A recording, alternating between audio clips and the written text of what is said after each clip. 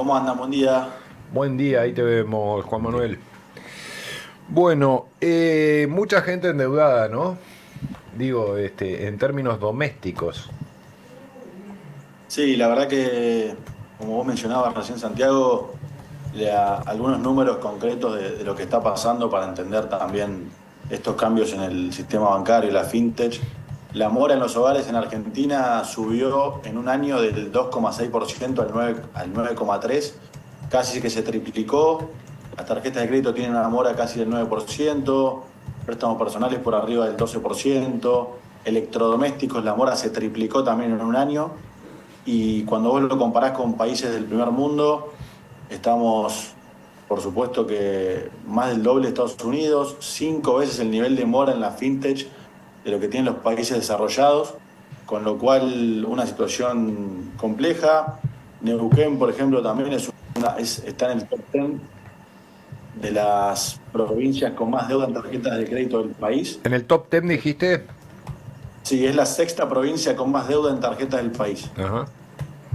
Wow. Sí. ¿Y eso implica morosidad o digamos, es tarjeta no vencida? Eso no está discriminado, ¿no? Esto significa que la situación en cuanto a cómo la gente hace frente a los pagos de tarjeta, consumos y demás, es mucho más compleja y con más problemas y complicaciones de lo que era en el pasado. Claro. Lo que está pasando es que el efecto llamado licuadora que teníamos antes con respecto a la inflación, que diluía las cuotas, ya no existe más.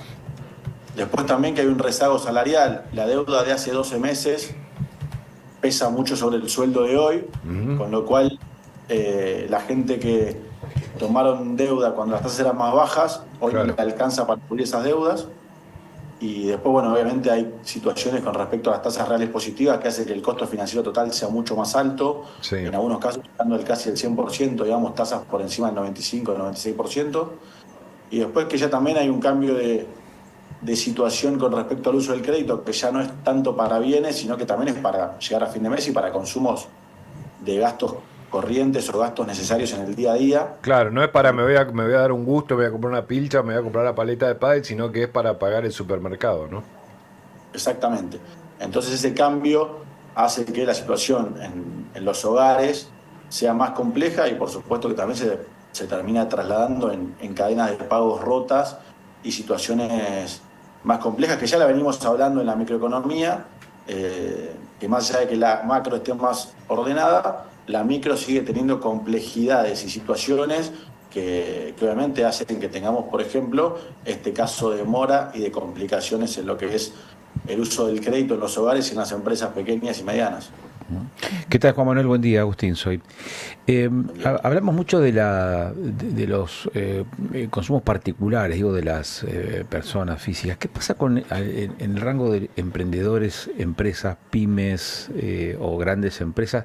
¿De qué manera esta situación que se está viendo en determinados estratos sociales también se está dando en ese otro sector, que es el sector quizás con otra espalda económica, pero que a lo mejor siente los embates de la economía de la misma manera, ¿no? En la misma proporción o en otra, no sé. Totalmente. Por ejemplo, hoy tenés sectores, para poner también el foco quizás en la provincia, la construcción es uno de los sectores más golpeados, más allá de que a veces uno no pareciera porque estamos en una provincia que crece y de las pocas con una economía activa y traccionando incluso para el resto del país. Pero tener problemas en lo que es construcción hace que haya contratistas que no cobren, se rompen las cadenas de pagos, eso se traslada a otros sectores de la economía. Después lo que tiene que ver con servicios profesionales, estudios, consultorios, hay honorarios que no ingresan y hay profesionales que no perciben esos honorarios para poder también hacer frente a sus gastos.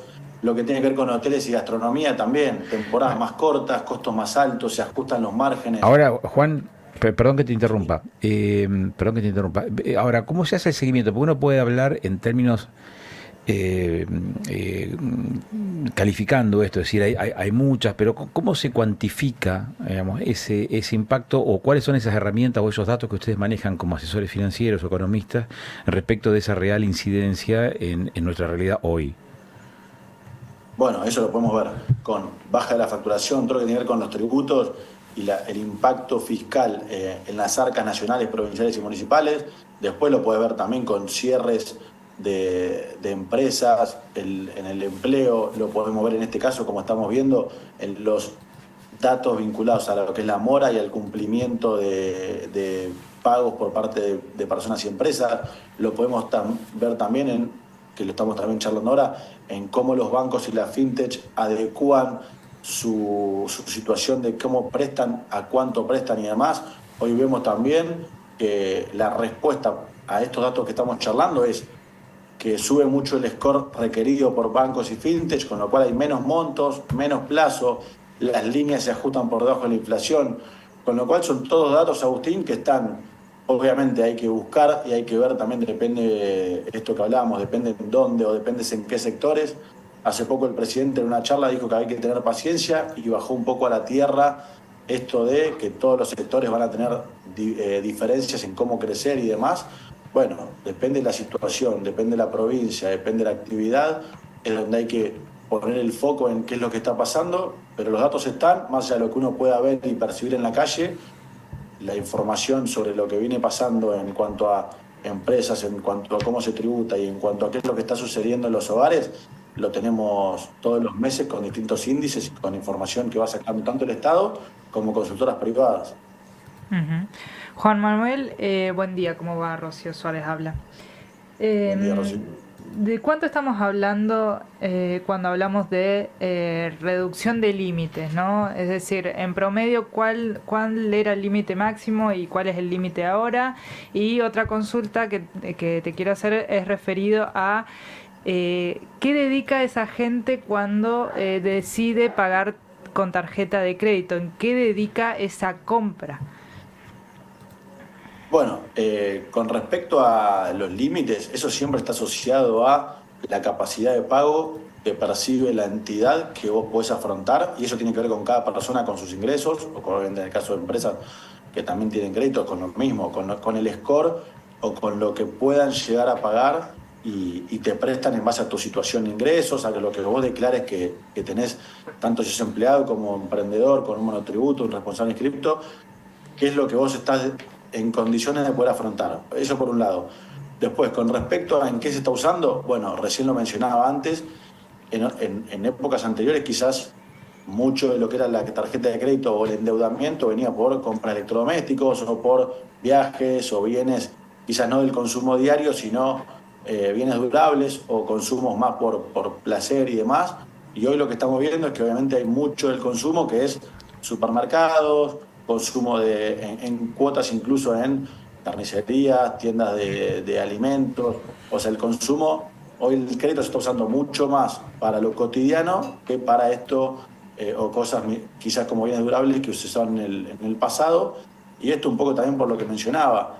En el pasado estábamos acostumbrados a una situación compleja, pero en la que había cierta forma de manejarse con respecto a la inflación que hacía que la deuda se licúe, vos comprabas algo en 12, 18 cuotas y terminabas pagando muy poco en cuanto a tu capacidad o a tu poder adquisitivo.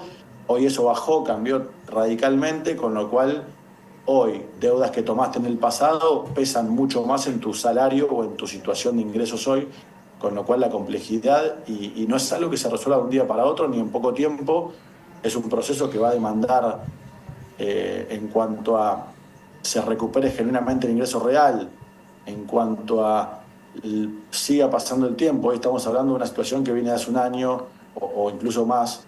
Bueno, va a faltar para que esto lo podamos ver de forma positiva, y también hay que ver qué pasa con las tasas, claro, con la inflación que siga bajando y demás, y que obviamente lo más importante es cómo se acomoda el salario, pero no de forma nominal, sino real. ¿Cuál es realmente la recuperación genuina del ingreso de los hogares para poder ver un cambio en esta situación microeconómica que vemos con cierta complejidad coyunturalmente, digamos? Juan Manuel, a riesgo de preguntar quizás alguna cosa muy simple y hasta equivocada, pero a ver, va por aquí la pregunta. En los últimos tiempos las tecnologías hacen que nosotros no manejemos dinero en papel. O sea que buena parte de las operaciones las hacemos con dispositivos electrónicos o con plástico. Porque uno saca el plástico de la tarjeta de débito o la tarjeta de crédito, o directamente saca el teléfono y con QR o con transferencias hace los pagos. Es decir, el dinero ya no está presente en el bolsillo o en la cartera o en la billetera. ¿No? En algún momento se decía, bueno, el hecho de manejar tu dinero, y esto lo saben quizás las generaciones más grandes, manejar tu dinero te da no solamente la posibilidad de administrar tus finanzas, sino también la certeza o la seguridad de que estás gastando lo que tenés en el bolsillo. El plástico o las transferencias o digamos, la tarjeta de crédito te permite gastar lo que tenés y también lo que podés llegar a recibir más adelante. Entonces hay una distorsión quizás o no en esa noción numérica de lo que vas a recibir. ¿En qué medida esta situación que estás describiendo ha sido incidida por esta percepción, si vos querés, más cultural en todo caso del manejo de las finanzas? Digamos, ¿hay alguna forma de apreciar esto, de ponderar, de tabular, digamos, esta incidencia, o no tiene ningún tipo de incidencia estas nuevas formas de administración? Sí, lógicamente que hoy, como vos mencionabas, Agustín, la realidad es que hoy el efectivo se usa muchísimo menos que no hace tantos años, que hace algunos años. La realidad es que hoy, con las aplicaciones de pago, billeteras virtuales, incluso con tarjetas que ya no tenés ni de forma física, hoy tenés tarjetas de débito y de crédito de manera virtual en tu teléfono o en aplicaciones. Eso es una realidad.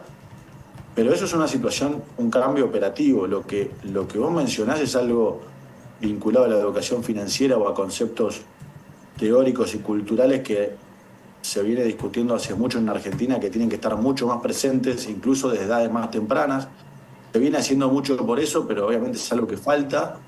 Y por supuesto que acá hay mucha información o muchas cuestiones de saber, no se trata solo de que tengas efectivo en el bolsillo o saldo en tu cuenta, sino también de cómo usas todas esas herramientas, que incluso hoy son muchas más, de una manera eficiente, controlada, segura, en la que vos puedas entender que lo que tenés de saldo es lo que tenés disponible, y que si vos tomás un crédito, más allá de que tengas cuotas sin interés o de que la billetera virtual o el banco te ofrezca beneficios y demás, vos sabés que estás tomando deuda y te estás endeudando con una entidad a la cual en algún momento, ya sean 20 días cuando venza el resumen de la tarjeta o cuando empiecen a caer las cuotas de lo que vos pediste, lo vas a tener que pagar. Es plata que no es tuya y que vos la estás pidiendo para un consumo, que puede ser un par de zapatillas, puede ser un consumo del supermercado o un viaje, pero no es plata que vos tenés, la vas a tener que conseguir para poder pagársela a la entidad que te la está prestando. Con lo cual, lo que es crédito son armas de doble filo. En nuestro país no estamos tan acostumbrados a vivir tomando deuda como en países desarrollados que tienen esa herramienta mucho más a la mano, con lo cual hay que tener cuidado de cómo se usa, hay que tener mucho cuidado también de qué deudas y compromisos asumimos, y hay que tener también en conocimiento de que lo que tenemos disponible, lo que podemos usar es lo que generamos y lo que sabemos que estamos en condiciones o tenemos de alguna forma con liquidez o a disposición, y que el resto lo vamos a tener que pagar en algún momento, con lo cual es algo más de educación financiera y de sumar conocimientos que un tema operativo de si es efectivo o no. Yo creo que viene por ese lado, Agustín. Juan Manuel, muchas gracias por habernos atendido, muy gentil por habernos ayudado a echar luz sobre bueno, esto que es hoy un problema de millones de argentinos en Neuquén y en todo el país. Un abrazo grande.